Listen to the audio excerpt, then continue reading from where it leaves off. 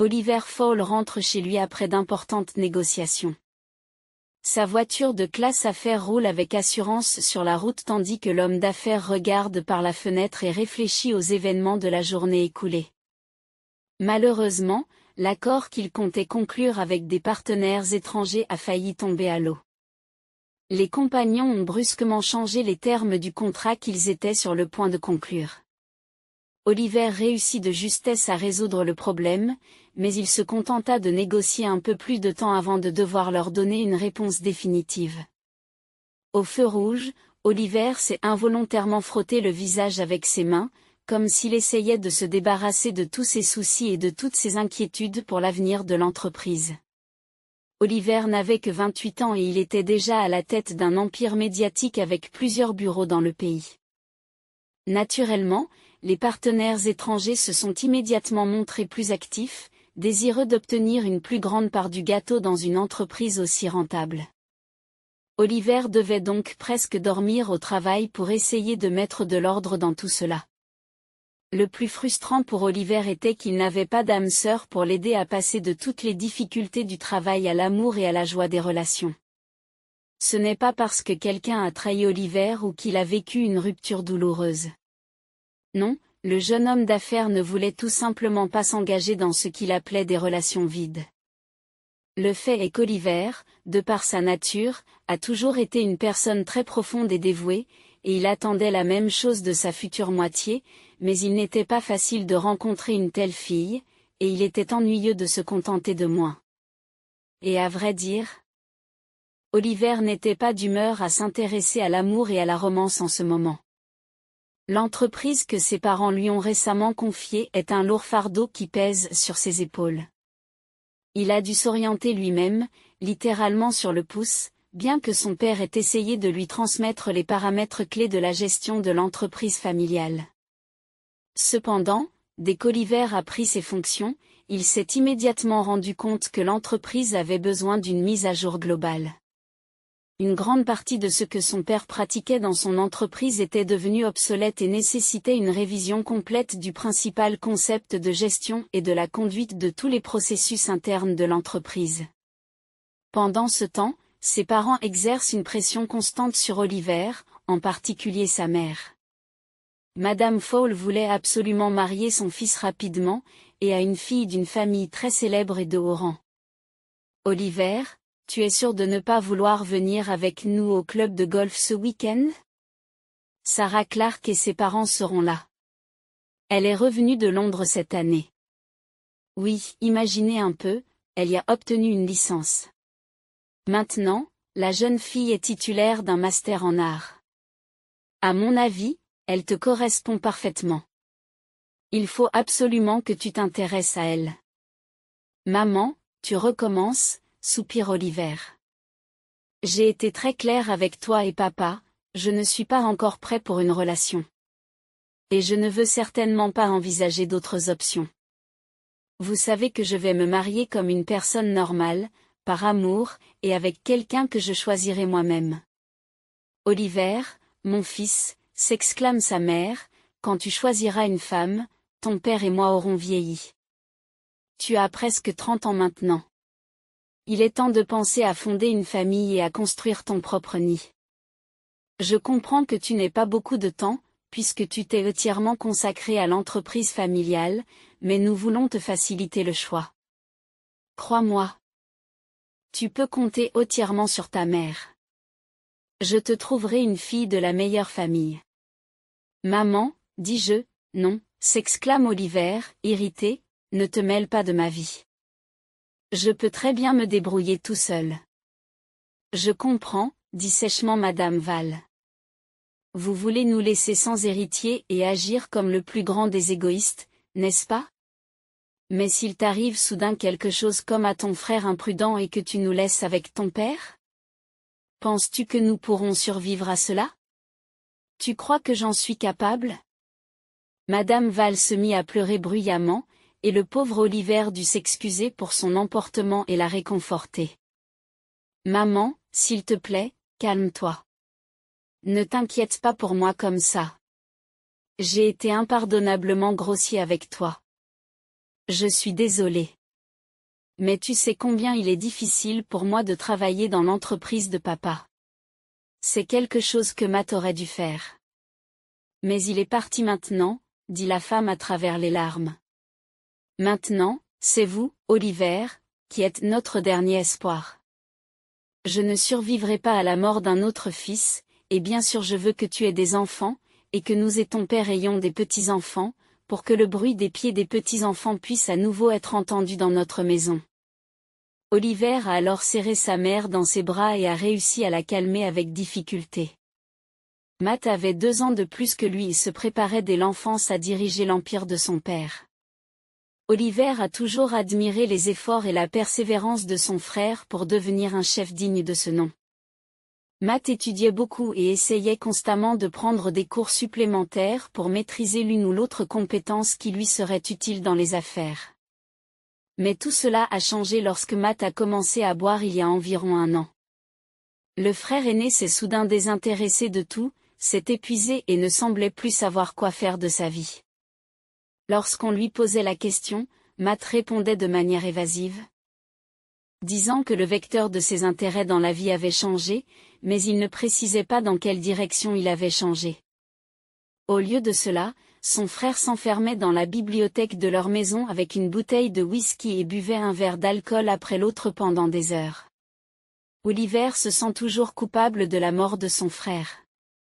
Peut-être que s'ils avaient donné l'alerte plus tôt et réfléchi plus tôt à la manière de l'aider, Matt serait encore en vie. Au lieu de cela, Oliver a essayé de se tenir à l'écart de son frère, pensant qu'il traversait une sorte de crise personnelle et que Matt était une personne mûre et autonome qui pouvait s'en sortir seule. L'enquête a déterminé à l'époque que ce n'était pas intentionnel. Matt s'est simplement endormi au volant à cause de l'énorme quantité d'alcool qu'il avait bu avant le voyage. Mais qui sait comment cela s'est réellement passé? Oliver a cependant perçu cette tragédie comme un signe venu d'en haut. Il croyait sincèrement que son frère décédé essayait de lui demander de l'aide, ainsi qu'à ses parents, mais que personne ne l'avait entendu. Cette perte a été un grand combat pour Oliver, sa mère et son père. Oliver a même suivi plusieurs séances de psychothérapie pour faire face à la douleur qui l'habitait. Il ne pouvait pas accepter la mort terrible et insensée de son frère. Il a donc admis qu'il avait besoin d'aide et a consulté un spécialiste. Matt étant décédé il y a 7 mois, le sujet de sa mort était encore très douloureux pour Oliver. Le jeune homme se rendait souvent sur la tombe de son frère lors de la cérémonie et lui parlait longuement, lui demandant pardon pour sa propre frivolité et son refus de voir les problèmes à l'époque. Aussi, lorsque sa mère a commencé, sans le vouloir, à le manipuler et à faire pression sur lui à travers l'image de son frère décédé. Il est devenu difficile pour Oliver de contenir son ressentiment et sa colère. Il ressentait déjà une pression constante de la part de son père, qui contrôlait littéralement chacun de ses pas, et voilà que sa mère lui mettait la pression pour qu'il se marie. C'est en partie pour cette raison qu'il s'est plongé avec tant de ferveur dans les affaires qui lui incombaient entièrement. Du vivant de Matt, Oliver ne pensait même pas à reprendre l'entreprise de son père. Le jeune homme rêvait de consacrer sa vie à l'art. Il envisageait d'ouvrir sa galerie d'art en ville et d'y exposer de jeunes artistes prometteurs dont le talent pourrait décorer le salon ou le hall d'entrée d'une personne célèbre dans le futur. Ses parents taquinaient souvent leur fils cadet à ce sujet. « Oh, Oliver, tu n'es pas comme nous, » disait son père. « Tu ferais mieux de prendre exemple sur ton frère aîné. Regarde, Matt gère déjà une succursale, pour ainsi dire, et s'implique sérieusement dans nos affaires. Et toi? Tu ne fais que jouer avec des images. Alors c'est peut-être mieux ainsi, objectera le fils avec un sourire. Nous avons déjà un frère homme d'affaires dans notre famille. Qu'il y ait un autre frère qui soit un galeriste connu dans toute la ville. Je ne suis pas attiré par tous ces médias, papa. Oh, et tu te trompes, mon fils, a répondu sa mère à la place de son père, nous vivons dans un monde où l'on ne peut pas se passer d'une entreprise solide. Que feras-tu de ces tableaux si personne ne les achète? Mais tu pourrais mettre tes compétences au service de l'entreprise de ton père. N'avons-nous pas dépensé tant d'argent pour ton éducation pour rien? Oliver serra les dents à cette conversation mais ne dit rien à sa mère. Il était incapable de leur expliquer son attirance pour la peinture plutôt que pour des documents sur des rapports financiers interminables. Mais d'une manière ou d'une autre, il devait toujours diriger l'entreprise à la place de Matt. Et maintenant il apprenait chaque jour les bases de la gestion, mettant ses talents créatifs au service de l'entreprise familiale. Matt ne peut pas être ramené, aussi douloureux et offensant que cela puisse être pour Oliver et ses parents. Quant au mariage, il a clairement fait comprendre à son père et à sa mère qu'il n'était pas pressé. Le moment venu, je rencontrerai mon véritable amour, la fille avec qui je veux passer ma vie, a déclaré Oliver à ses parents. Vous serez certainement les premiers à le savoir. Il était toujours assis au volant de sa voiture, regardant le soleil d'été se coucher à l'horizon. Une brise tiède s'engouffre dans la voiture par la fenêtre ouverte, ce qui sort le jeune homme de sa rêverie. L'homme d'affaires roulait sur un large pont, au-dessus d'une petite rivière, lorsqu'il a vu quelque chose d'étrange. Oliver pensa que quelqu'un se trouvait dans l'eau, car la surface de l'eau montait et descendait de façon anormale. En regardant autour de lui, il a remarqué qu'aucun conducteur ne s'arrêtait. Oliver s'est donc arrêté au bord de la route et a marché jusqu'à la rambarde du pont. En regardant de plus près, le jeune homme s'est rendu compte qu'il ne s'était pas trompé. Dans l'eau, une jeune femme luttait désespérément contre le courant, quelques mètres plus bas. Merde, se maudit Oliver. Oliver se maudit, sans hésiter, enlève ses chaussures et sa veste, puis plonge dans les profondeurs de la rivière à la suite de la malheureuse. L'eau était trouble, mais l'homme trouva rapidement l'inconnu qui descendait. Après l'avoir ramassé d'une main sous les aisselles, Oliver se mit à pagayer désespérément pour remonter à la surface avec la femme. Ce ne fut pas une mince affaire, car le courant que la jeune fille tentait de surmonter était si fort qu'il faillit emporter l'homme d'affaires de l'autre côté de la rive. Oliver réussit à peine à garder ses repères. Cependant, ayant beaucoup pratiqué à l'école avec une équipe de nageurs, il réussit à se débrouiller avec l'élément eau. Lorsqu'ils parvinrent enfin à se hisser sur la rive, la jeune fille reprit un peu conscience. Elle regarda son sauveur avec gratitude. Elle se leva lentement. Ses vêtements étaient trempés, mais elle parvint tout de même à sourire faiblement à Matt. « Merci, bégaya-t-elle. Si tu n'avais pas été là, nous aurions été perdus à jamais avec Alf. » L'homme d'affaires, qui essayait de reprendre son souffle, la regarda avec étonnement. « Avec Alf ?» demanda-t-il. Perplexe. « Qui est Alf ?» Oliver a d'abord pensé que la pauvre fille avait perdu la tête à cause du stress, mais il a ensuite remarqué ses mains pressées contre sa poitrine et soudain, au milieu de la rive déserte sous le pont, un gémissement calme et plaintif s'est fait entendre et Oliver a vu un minuscule chiot à accent grave peine un mois dans les mains de la jeune fille. « Alors, tu as sauté dans l'eau pour ça? Est-ce que j'ai bien compris? » s'exclame Oliver, en colère. « Tu as sauté dans l'eau pour un chiot, c'est ça? » Eh bien, oui, acquiesce la jeune fille tremblante de froid. Un sale type l'a jeté juste devant moi dans l'eau, comme ça. Il l'a sorti de son sac et les souvenirs l'ont fait pleurer à nouveau. Ce n'est qu'à ce moment-là qu'Oliver remarqua le ventre proéminent de la jeune fille sous ses vêtements mouillés. Elle était enceinte et semblait déjà bien avancée. « Tu as perdu la tête ? » L'homme lui a crié dessus, choqué. « Tu veux mourir ? Et si vous vous étiez noyés tous les trois ? D'accord, vous ne vous souciez peut-être pas de vous, mais qu'en est-il de votre enfant ? » La malheureuse femme baissa pudiquement ses grands yeux bleu clair et continua à tenir et à caresser le chiot gémissant, qui avait peur et froid. Elle-même était aussi pâle que la première neige. En voyant ses lèvres devenir bleues, Oliver comprit qu'elle était au bord de l'effondrement.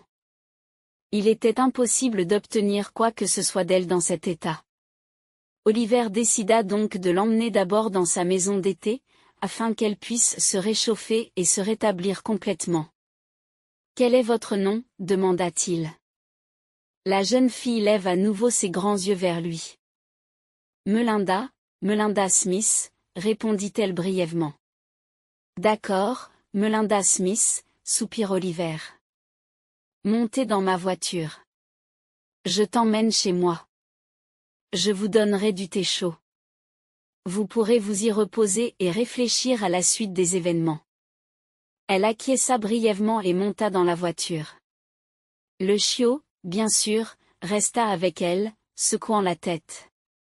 Oliver ferma la porte derrière lui et alluma immédiatement le chauffage de la voiture pour que la jeune fille puisse sécher plus vite. Même si c'était l'été, après avoir été dans l'eau, surtout pendant la grossesse, un peu de chaleur supplémentaire ne ferait pas de mal. La maison de vacances où Matt allait emmener Melinda était autrefois celle de leur famille, mais depuis quelques années, seul Matt s'y rendait.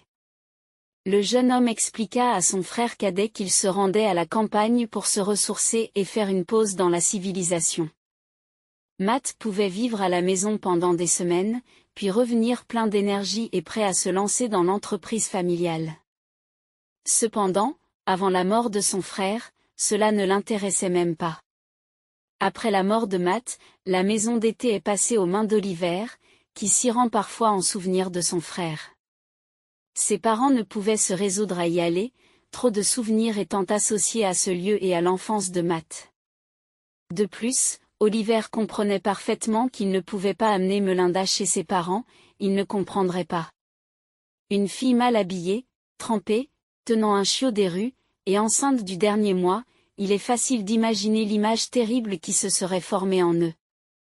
Pendant toute la durée du trajet, Oliver et Melinda ont à peine échangé quelques mots. Melinda est restée le plus souvent silencieuse et s'est comportée avec modestie. Oliver, lui, surveillait attentivement la route car la nuit commençait à tomber rapidement. Il jetait de temps en temps un coup d'œil à la jeune fille du coin de l'œil. Elle était belle et fragile, avec d'épais cheveux châtain clair. Melinda aurait pu être une vraie dame si elle n'avait pas été mal habillée, manifestement achetée dans un magasin d'occasion. Sa pâleur excessive et sa maigreur indiquaient qu'elle était soit une mendiante, soit une pauvre fille. L'homme avait appris au cours de leur brève conversation que Melinda avait été élevée dans un orphelinat et qu'elle avait été pratiquement livrée à elle-même tout au long de sa vie. Elle n'avait aucun parent et lorsqu'on lui demanda si elle avait un mari ou un fiancé, elle ne répondit pas. « Je suis désolée, c'est un sujet sensible pour moi », a-t-elle expliqué à Oliver. Ce dernier n'insiste pas et laisse la jeune fille tranquille. Lorsqu'ils arrivèrent à la maison de vacances, quelque chose d'étrange se produisit. En voyant l'endroit, Melinda regarda Oliver avec surprise, mais ne dit rien à haute voix. Oliver se dit qu'elle n'avait sans doute jamais vu une aussi grande maison de campagne et se contenta de hocher la tête en essayant de retrouver la clé de la porte d'entrée dans sa poche. C'est ridicule, se dit-il en se tapotant toutes les poches. Où aurais-je pu la mettre ? Vous avez perdu quelque chose ? Demanda poliment la jeune fille. Oui, la clé. J'ai dû la perdre en vous poursuivant dans la rivière. Oliver se souvint que la clé se trouvait dans la poche de poitrine de sa chemise et qu'elle n'y était plus. Finalement, il secoua la tête avec découragement. Il n'y a rien à faire. Je suppose que je vais devoir entrer par la fenêtre. Melinda observa attentivement son sauveteur, mais alors qu'il s'apprêtait à briser une petite fenêtre du premier étage, menant au garde-manger, la jeune fille l'arrêta. Oliver, ce n'est pas la peine. Laisse-moi l'ouvrir avec ma clé. Melinda a alors déplacé le chiot sur son épaule opposée. Le chiot ne laissa échapper qu'un petit vin dans son sommeil lorsqu'elle sortit une fine cordelette de sous sa chemise. C'était la même clé que celle d'Oliver. Il ne s'agissait manifestement pas d'un double ou d'un faux fabriqué à la hâte. Oliver était prêt à jurer que cette clé était absolument authentique. D'un geste assuré, Melinda la tourna 3 fois dans la serrure, puis il y eut un doux déclic caractéristique et la porte s'ouvrit. « Qu'est-ce qui se passe ici ?» Oliver recula devant elle, choqué. « Comment avez-vous eu cette clé ?» Melinda le regarde calmement et lui dit, « Oliver, ne t'inquiète pas. Prenons le thé ensemble et je vous raconterai tout. Cela me ferait vraiment plaisir. Il lui répond sérieusement. Une demi-heure plus tard, alors que le jeune couple avait fait infuser une tisane chaude et parfumée dans des tasses, Melinda avoua, « Oliver, le fait est que j'étais la fiancée de Matt avant qu'il ne meure. » Quoi? L'homme ne peut s'empêcher de réagir avec émotion. Comment est-ce possible? Pourquoi n'avons-nous rien entendu à ce sujet? La jeune fille s'est contentée de sourire amèrement. Matt avait peur de la réaction de votre famille. Il a dit que vous teniez beaucoup à votre réputation dans la société. Qui a besoin d'une belle fille qui vit pratiquement dans la propriété? Il fallut quelques secondes à Oliver pour assimiler ce qu'il venait d'entendre. Attendez, comment vous êtes-vous rencontrés? Demanda-t-il. Matt est tombé accidentellement sur moi et m'a sauvé. Explique la jeune fille en soupirant. Je me tenais près du supermarché et je demandais des bras parce que personne ne voulait m'embaucher. Des hommes riches ont commencé à me harceler. Ils voulaient m'emmener quelque part dans leur voiture. Bien sûr, quand on a de l'argent. Enfreindre la loi n'est pas un problème. Les mains de Melinda tremblaient au souvenir de ce jour-là et de leur Matt surgit de nulle part qui a fait fuir ces salauds. C'est comme ça qu'on s'est rencontrés. Nous nous retrouvions à mon appartement et nous nous aimions beaucoup. Et depuis combien de temps êtes-vous ensemble? Demande Oliver, stupéfait. Presque 1 an, répond-elle en le regardant droit dans les yeux. Olivier a compris dans son regard que Melinda disait la vérité. Elle était vraiment la fiancée de son frère. Matt voulait m'épouser, mais il n'osait pas le dire à son père. Il pensait qu'il serait déshérité par colère, dit Melinda nerveusement. À ce moment-là, Oliver a remarqué qu'elle commençait à s'inquiéter et à se tordre les doigts. « Calmez-vous, s'il vous plaît », lui demanda Oliver en couvrant sa main de la sienne. « Dis-moi, savais-tu que mon frère avait une dépendance à l'alcool ?» Melinda lança un long regard interrogateur à l'homme, après quoi des larmes apparurent dans ses yeux. « Oui, mais j'ai essayé. J'ai vraiment essayé de l'arrêter, » dit la jeune fille. Il a commencé à boire quand je suis tombée enceinte. Il ne savait pas comment me ramener à la maison et te présenter. C'est à cause de ça. C'est-à-dire à cause de moi. Il est mort. Melinda n'a pas pu se retenir, en pleurs, s'est couvert le visage de ses mains. Tu ne peux pas t'en vouloir pour sa mort, tente Oliver pour la calmer. Personne n'est à blâmer pour ce qui est arrivé à mon frère. C'est juste que je n'ai pas compris pendant longtemps ce qui lui était arrivé. Pourquoi s'est-il soudain mis à boire? Le jeune homme regarde attentivement l'invité. Mais maintenant, je comprends. Matt avait tout simplement honte de nous.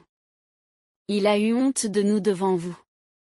Mes parents et moi sommes sans doute un peu snobs, et mon frère ne voulait pas que vous y soyez confrontés à nouveau. Il ne voulait pas vous blesser, vous et votre enfant. Oliver s'est adossé à sa chaise. Enfin. Tout devenait clair pour lui. La situation devenait claire, mais il y avait une chose que le jeune homme ne pourrait jamais comprendre.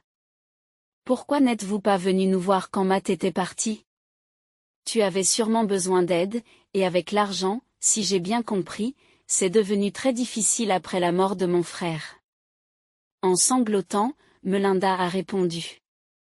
Eh bien, qu'est-ce que tu en penses? Regardez-moi. Je vous le dis, je suis pauvre et enceinte. Comment pouvez-vous imaginer cela?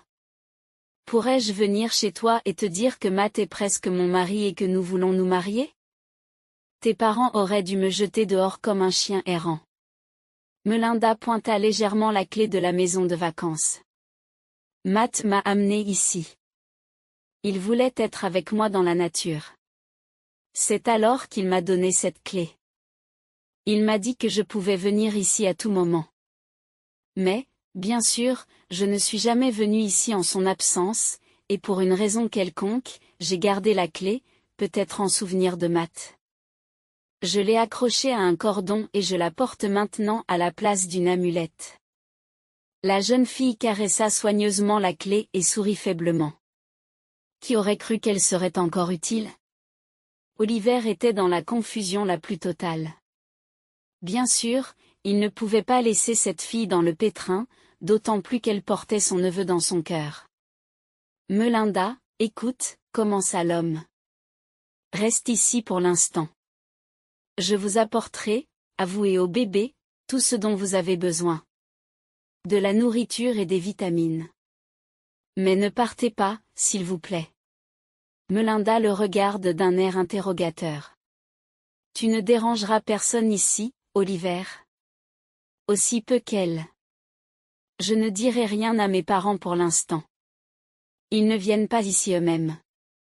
Ils ne viennent pas ici eux-mêmes. Je dois vraiment réfléchir à la manière de leur annoncer cette nouvelle. Mais je veux que toi et le chiot restiez ici jusqu'à ce que je trouve comment vous présenter à la famille. Je suis sûre que mes parents seront heureux d'apprendre qu'ils auront bientôt un petit-fils, car ils en rêvaient. Melinda le regarda et à l'expression de ses yeux, l'homme comprit qu'elle ne croyait pas au succès d'une idée. Mais la femme est d'accord. Que pouvait-elle faire d'autre? Elle ne pouvait pas retourner dans la rue et se retrouver à nouveau sans abri. Finalement, elle a dit, je vais essayer de me tenir tranquille pour que les voisins ne se doutent de rien. Après cela, elle leur a préparé un dîner simple, puis Oliver est rentré en voiture. À partir de ce moment-là, Oliver a commencé à s'occuper de Melinda. Il se rendait à la maison de vacances presque tous les jours en cachette. Il lui apportait de la nourriture, des vitamines et des fruits. Et, bien sûr, de la nourriture et des friandises pour le petit Alf, que Melinda ne quittait pratiquement jamais des bras. La pauvreté de cette femme ne gênait pas du tout le jeune homme d'affaires. Il sentait qu'elle possédait une énergie intérieure et une beauté au sens propre du terme. Oliver s'étonne de son endurance et de son optimisme. Après tout, Melinda avait attendu jusqu'au dernier moment et supporté l'indécision de son défunt frère, espérant qu'il oserait encore aller à l'encontre de la volonté des parents et faire de Melinda son épouse légitime. Oliver se sentait merveilleusement à l'aise avec cette femme courageuse. Lorsqu'il lui demanda son âge, il fut très surpris d'apprendre qu'elle n'avait que 23 ans. Matt était beaucoup plus âgé et aurait donc pris toutes ses responsabilités. Mais pour une raison ou une autre, il n'a pas pu mener à bien ce qu'il avait prévu. Il s'est avéré que le frère aîné de l'homme d'affaires n'était décisif et confiant qu'au travail. Mais dans sa vie privée, il était victime de ses propres préjugés. Oliver ne pouvait s'empêcher d'être triste à ce sujet. Au même moment, les parents d'Oliver ont commencé à soupçonner que quelque chose n'allait pas avec leur fils. Ils craignaient qu'Oliver ne subisse le même sort que son frère aîné et décidèrent donc de découvrir d'urgence ce qu'il cachait dans leur ancienne maison de vacances. Et s'il y buvait comme Matt ou faisait quelque chose de pire? S'interroge Madame Fowle. C'est peu probable, dit Monsieur Fowle en secouant la tête. Oliver ne se comporterait pas comme ça. Il a même consulté un psychologue à ce sujet. Il ne supporte plus l'alcool depuis la mort de son frère. Mais qui sait ce qui pourrait arriver, s'exclame sa femme. Aujourd'hui, il ne boit pas, mais demain? Matt y est allé comme ça et quoi? Non, ma chérie. Allons-y. Mon cœur me dit qu'une mauvaise surprise nous y attend. Quelques jours plus tard, en fin de soirée, ils arrivèrent à la maison de vacances au moment où Oliver avait déjà quitté Melinda et le chiot. En arrivant, le couple fortuné assiste à une scène très étrange et incompréhensible. Une jeune femme enceinte, semblable à une mendiante, était assise sous le porche et mâchait une pomme. De plus, un cabot couvert de puces tournait autour de ses pieds. « Et que faites-vous ici, dans notre maison ?» demanda Madame Fowle en sortant de l'ombre. La voix de la mère d'Oliver était calme, mais c'était le calme avant la tempête. À chaque mot suivant, le tonnerre dans ses intonations augmentait, risquant de se transformer en un véritable cri. « Pourquoi un étranger passe-t-il la nuit chez moi ? Qui t'a donné les clés? Oliver? Avoue immédiatement. Créature rusée. Les yeux de Madame Fowle brûlaient d'une juste colère et même son mari ne put l'arrêter. Vous avez tous mal compris.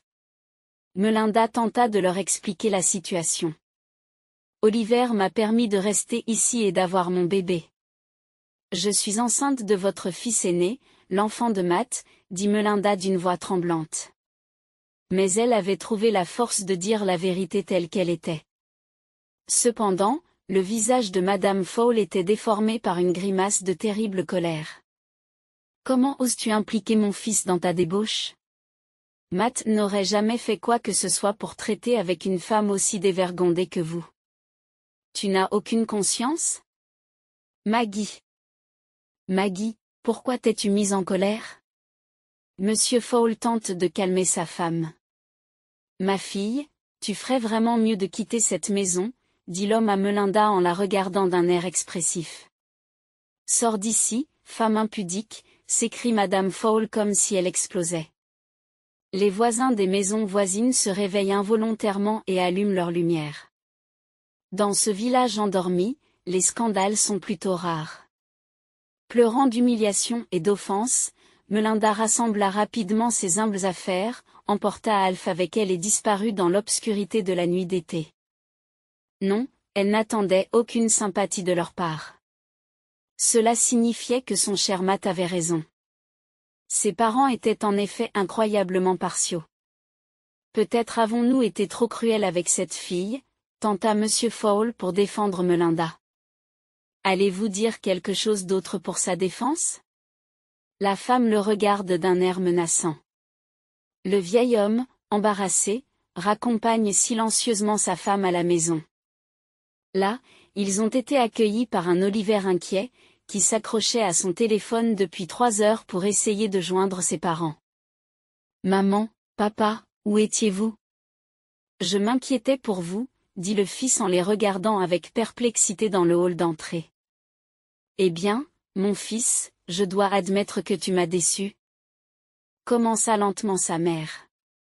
Nous étions dans notre maison de vacances. Oliver pâlit. Il comprit immédiatement ce que sa mère avait découvert à propos de tout. Ah, je vois que tu sais qu'il y a une étrangère avec son chien qui vit là, s'exclama Madame Fowle, et elle commença à réprimander lentement son fils. Que as-tu fait de Melinda, maman? Demanda Oliver froidement. J'ai fait ce qu'il fallait. Je l'ai jetée à la rue, répond fièrement sa mère en relevant le menton. Tu as perdu la tête, ne peut se retenir Oliver. Elle est dans ses derniers mois de grossesse. Elle peut accoucher à tout moment. Le jeune homme argumente avec sa mère, expliquant que cette femme a un lien direct avec leur famille. Mais Madame Fowle se contente de rire en guise de réponse. Qui écoutes-tu, mon fils? Réveille-toi. Des gens comme elle sont prêts à tromper n'importe qui pour un logement et un morceau de pain en ville. Tu crois vraiment qu'elle aurait pu être la fiancée de ton frère? Elle avait la clé de la maison, maman, explique Oliver, contenant difficilement sa colère. Et oui, je la crois. Nous avons beaucoup parlé de mon frère.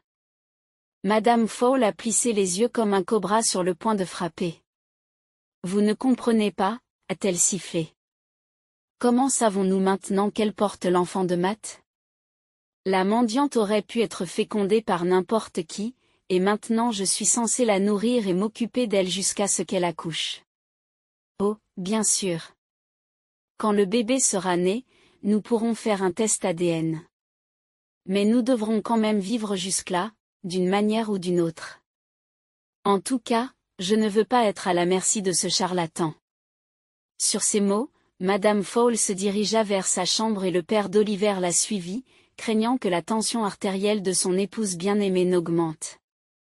Oliver resta debout dans le salon, tourmenté par un sentiment de gêne et de culpabilité. Il sentait au fond de lui que Melinda disait la vérité et que ses parents avaient jeté à la rue une femme innocente, juste avant qu'elle n'accouche. Il a essayé de retrouver le fiancé de son défunt frère, mais en vain. Melinda s'est volatilisée et ne répond à aucun des appels d'Oliver. Pour tenter de la joindre, il lui a acheté le plus simple des téléphones afin de pouvoir toujours la contacter en cas de besoin. Mais cela faisait déjà plus de 2 semaines que Melinda n'avait pas répondu à un seul appel. Oliver commence à s'inquiéter lorsqu'il se souvient qu'elle doit bientôt accoucher.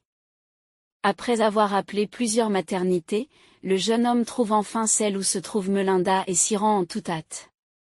Dans la salle d'accueil, Oliver se présente au médecin comme son fiancé pour accéder à sa chambre. « Je vous préviens, elle est fragile maintenant », lui dit le médecin. « Votre fiancée a accouché d'un gros bébé, mais elle est elle-même assez petite. Son bassin est très étroit, nous avons donc dû pratiquer une césarienne. Elle a perdu beaucoup de sang, mais heureusement, elle et le bébé sont maintenant hors de danger. » À ces mots, Oliver a senti un poids s'envoler de sa poitrine. Remerciant le médecin, il se rendit auprès de Melinda. Elle était allongée sur le lit, très pâle, plus pâle que lors de leur première rencontre avec Oliver. Cependant, lorsqu'elle vit son visiteur, elle sourit. « Je ne pensais pas que nous nous reverrions, Oliver. » Sa voix était faible et silencieuse, mais le jeune homme pouvait encore tout entendre clairement. Il se précipite vers elle. « Melinda, pardonne à mon père et à ma mère. Je suis vraiment désolé qu'ils aient été impolis avec toi, » dit Oliver en lui prenant doucement la main. Melinda secoua lentement la tête. « Cela n'en vaut pas la peine. Je comprends tout. À leurs yeux, je suis une escroc prédateur, rêvant de devenir riche par tous les moyens. C'est difficile pour eux de croire en nos sentiments pour Matt. Ils n'auraient pas dû te mettre à la porte. Je n'arrive toujours pas à comprendre comment ils ont pu vous faire ça, dit Oliver, sentant la main de la femme presser faiblement sa paume en réponse.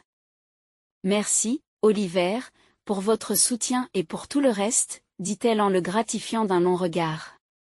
Conscient qu'il n'y avait presque personne pour s'occuper du bébé jusqu'à ce que sa mère se remette de la difficile opération, Oliver essaya de rendre visite à Melinda aussi souvent que possible. Il espérait qu'elle se remettrait plus vite si elle se sentait soignée et aimée. Il a apporté à la maternité tout ce qui était nécessaire à la jeune mère et à son bébé, de la nourriture, des couches et des médicaments.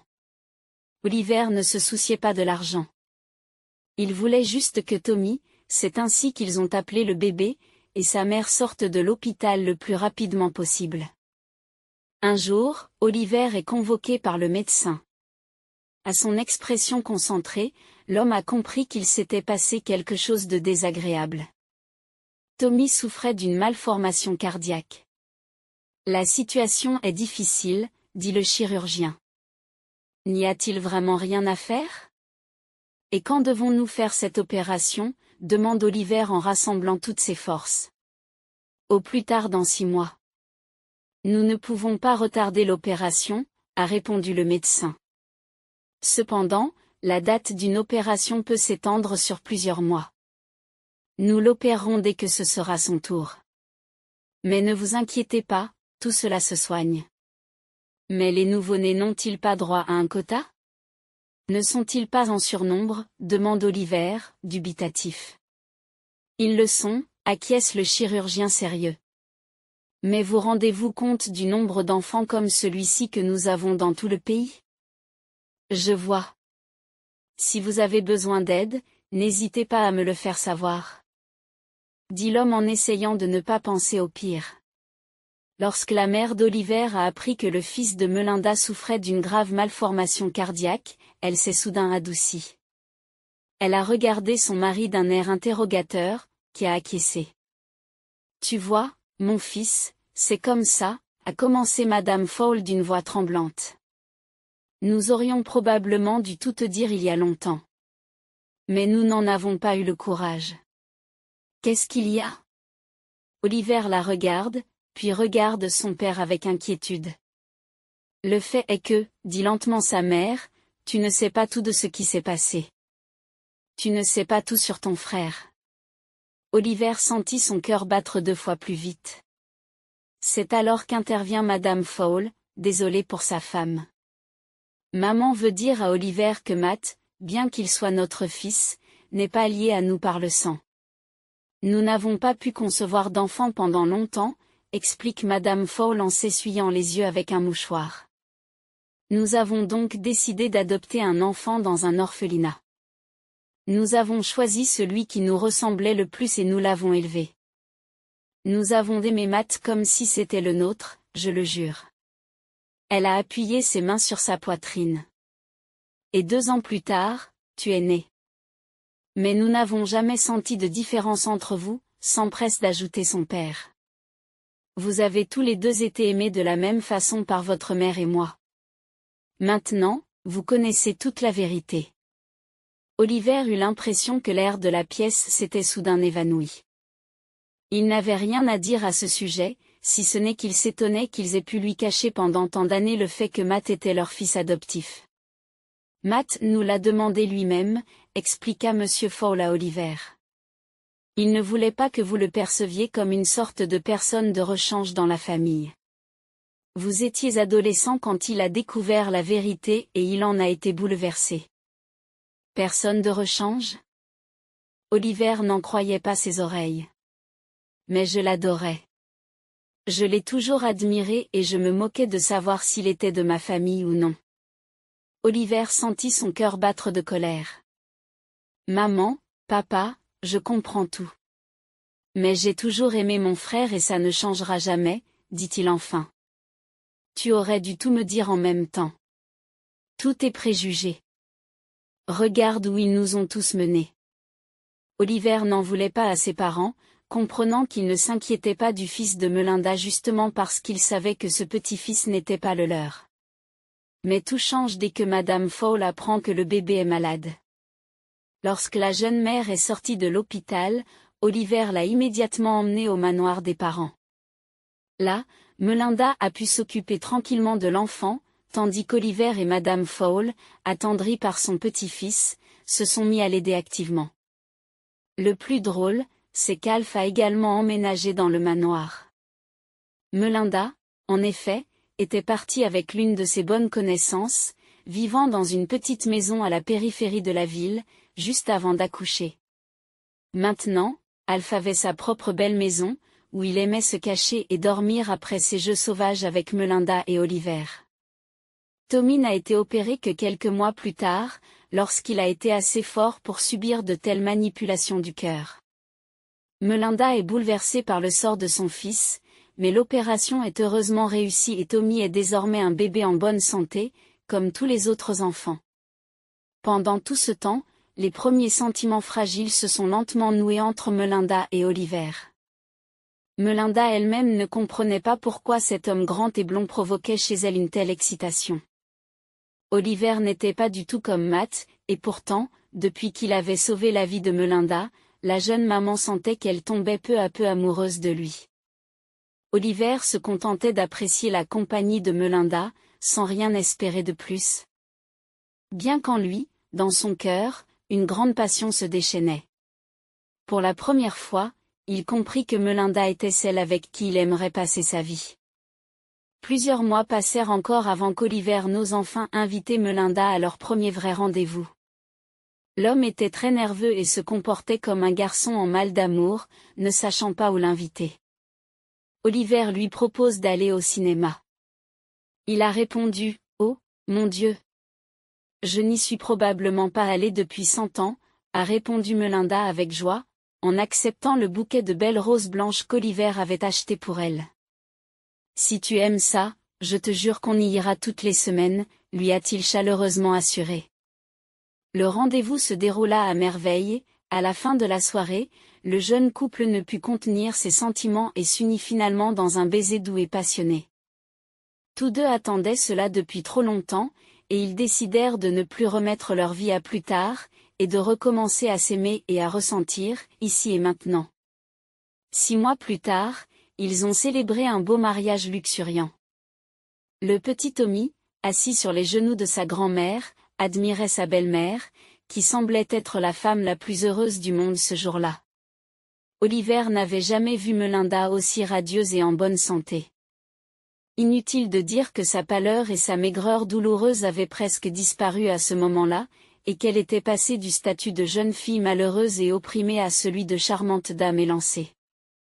Melinda s'est facilement accommodée du rôle d'hôtesse et des événements sociaux où elle devait parfois sortir avec son mari. Son allure et son comportement étaient si dignes qu'elle rendait involontairement les parents d'Oliver fiers d'elle. Et puis, un an plus tard, un événement étrange se produisit à la veille de Noël.